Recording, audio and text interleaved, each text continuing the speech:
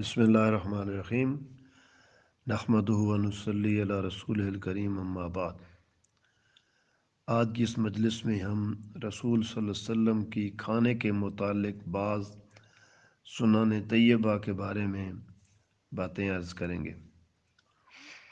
حضرت اسماء سے مروی ہے کہ جب حضور نبی کریم صلی اللہ علیہ وسلم کے پاس گرم کھانا لایا جاتا تو آپ اس کو اس وقت تک ڈھانپ کے رکھتے جب تک اس کا جوش نہ ختم ہو جاتا۔ وہ فرمایا کہ میں نے حضور صلی اللہ علیہ وسلم سے سنا ہے کہ سرد کھانے میں برکت ہے۔ حضرت انس رضی اللہ عنہ فرماتے ہیں کہ رسول اللہ صلی اللہ علیہ وسلم فرمایا ہے جب کھانا سامنے رکھ دیا جائے تو جوتے اتار ڈالو، اس لیے کہ جوتوں کے اتار ڈالنے سے قدموں کو بہت آرام ملتا ہے۔ ابن ماجہ اور مشکات میں یہ حدیث روایت ہوئی ہے۔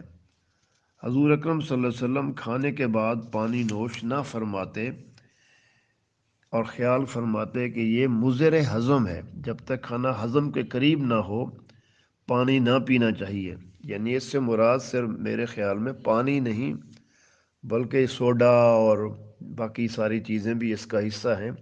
کھانے کے بعد اصل میں پانی پینے سے کھانا صحیح طور پر ہضم نہیں ہوتا بلکہ معدے میں وہ اچھلتا رہتا ہے، اور اگر پانی نہ پیا ہو تو کھانا معدے کے ساتھ دیواروں کے ساتھ مل جاتا ہے تو اس سے ہاضمہ اچھا ہوتا ہے۔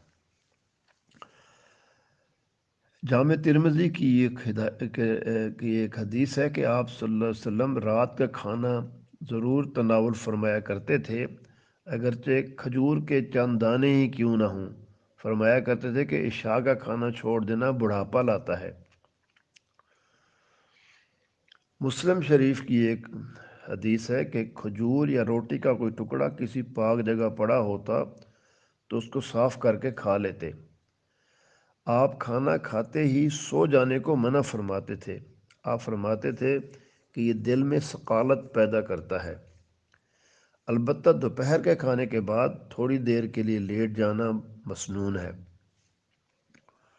جس قدر کھانا میسر ہو اس پر قناعت کرنا، یعنی جیسا بھی اور جتنا بھی مل جائے اس پر راضی رہنا اور اس کو اللہ تعالیٰ کا فضل سمجھ کر کھانا چاہیے، اور یہ نیت رکھنا کہ اللہ تعالیٰ کے حکم کے تحت اس کی عبادت پر قوت حاصل کرنے کے لیے کھانا کھاتا ہوں، تو کھانا بھی کھائیں گے ثواب بھی ملے گا۔ حضور صلی اللہ علیہ وسلم تقلیل غذا کی رغبت دلایا کرتے اور فرماتے کہ معدہ کا 1/3 حصہ کھانے کے لیے اور 1/3 پانی کے لیے اور 1/3 خود معدہ کے لیے چھوڑ دیا جائے۔ پھلوں اور ترکاریوں کا استعمال آپ صلی اللہ علیہ وسلم فرمایا کرتے تھے۔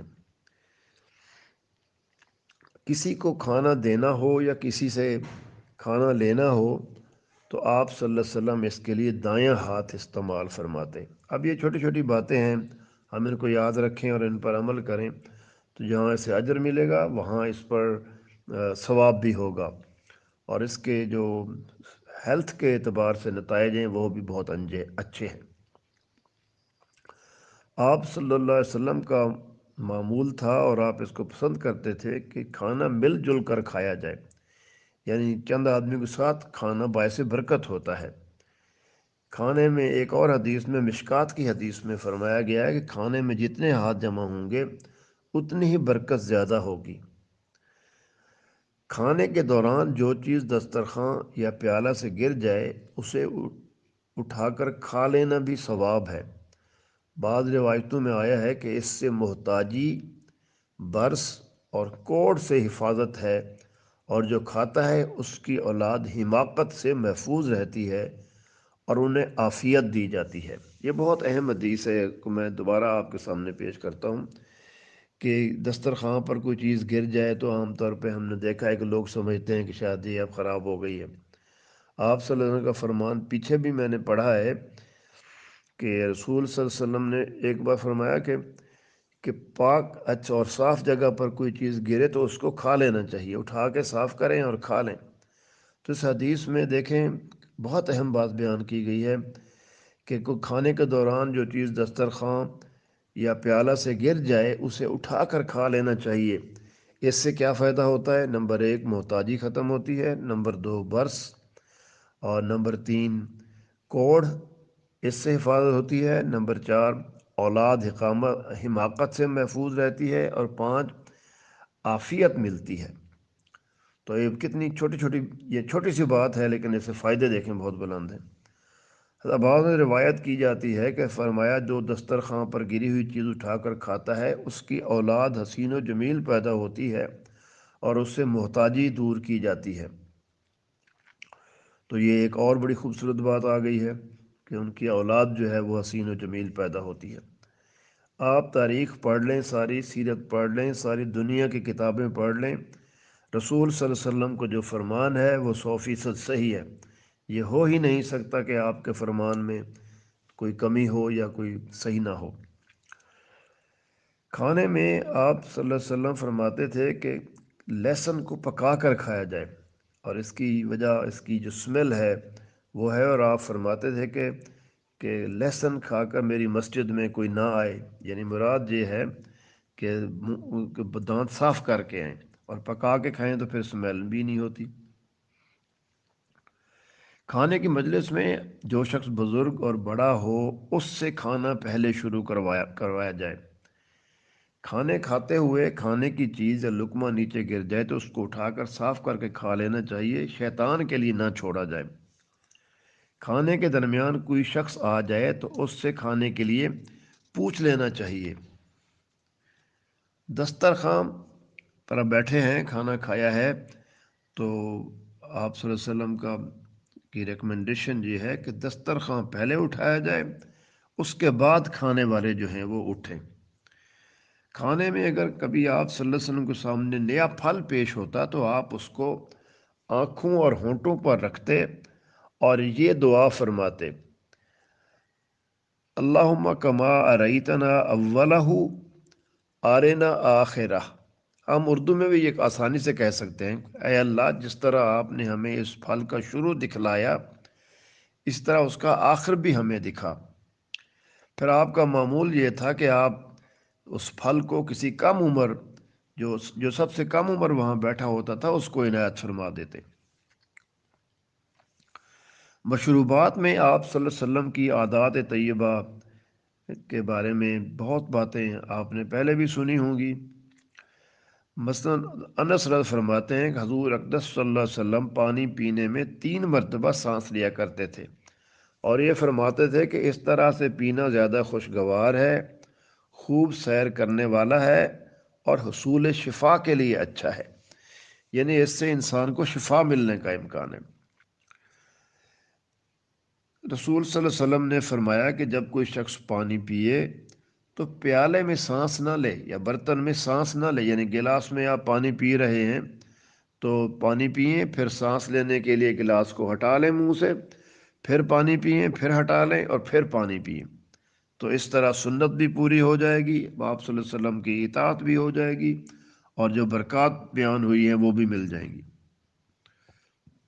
پانی رسول صلی اللہ علیہ وسلم کو سرد اور شیریں بہت محبوب تھا۔ نہ آپ بہت زیادہ گرم پانی پیتے تھے اور نہ بہت ٹھنڈا۔ آپ صلی اللہ علیہ وسلم کا فرمان ہے کہ یہ دونوں نقصان دہ ہوتے ہیں۔ آپ صلی اللہ علیہ وسلم ورزش کے بعد، تھکان ہونے پر اور کھانا یا پھل کھانے پر اور جماع یا غسل کے بعد پانی پینے کو اچھا نہیں سمجھتے تھے۔ اب یہ اتنی سادہ بات ہے، ہم اس پر عمل کریں تو ہمیں اجر بھی ملے گا اور ہماری صحت بھی اچھی رہے گی۔ حضور صلی اللہ علیہ وسلم نے فرمایا ہے کہ پانی کو چوس چوس کر پیو اور غٹ غٹ کر کے نہ پیو۔ تو حضور صلی اللہ علیہ وسلم کی کئی اچھی عادات تھیں۔ مثلا ایک عادت آپ صلی اللہ علیہ وسلم کی یہ تھی کہ پینے کی چیز کسی مجلس میں تقسیم کراتے تو حکم دیتے کہ عمر میں بڑے لوگوں سے دور شروع کیا جائے، اور آپ کی عادت شریفہ یہ تھی کہ جب مجلس میں کسی پینے کی چیز کا دور چل رہا ہوتا اور بار بار پیالہ آ رہا ہوتا تو دوسرا پیالہ آنے پر اس کو اسی جگہ سے شروع کراتے جہاں پہلا دور ختم ہوا تھا۔ یعنی ہم شربت پی رہے ہیں، بوتل کوئی جو بھی چیزیں پی رہے ہیں، تو ایک دور ہو جائے جہاں ختم ہوا پھر دوسرا دور بھی وہاں سے شروع کیا جائے۔ حضور صلی اللہ علیہ وسلم اپنے احباب کو کوئی چیز پلاتے تو آپ صلی اللہ علیہ وسلم خود سب سے آخر میں نوش فرماتے، اور فرماتے ساقی سب سے آخر میں پیتا ہے۔ کیا عادات ہیں آپ صلی اللہ علیہ وسلم کی، اسی سے آپ نے ساری دنیا کے دل جیت لیے۔ اسی طرح آپ صلی اللہ علیہ وسلم نے پانی کھڑے ہو کر پینے کو منع فرمایا ہے، اور ایک ہاتھ سے پینے کو بھی منع فرمایا ہے۔ اور ابن عباس رضی اللہ فرماتے ہیں کہ حضور صلی اللہ علیہ وسلم نے ارشاد فرمایا، جب کسی شخص کو حق تعالی شانو کوئی چیز کھلائیں تو پھر یہ دعا پڑھنی چاہیے، اللہم بارک لنا فیہ وَأَطْعِمْنَا خَيْرًا مِّنْهُ، اے اللہ تو ہمیں اس میں برکت عنایت فرما اور اس سے بہتر نصیب فرما۔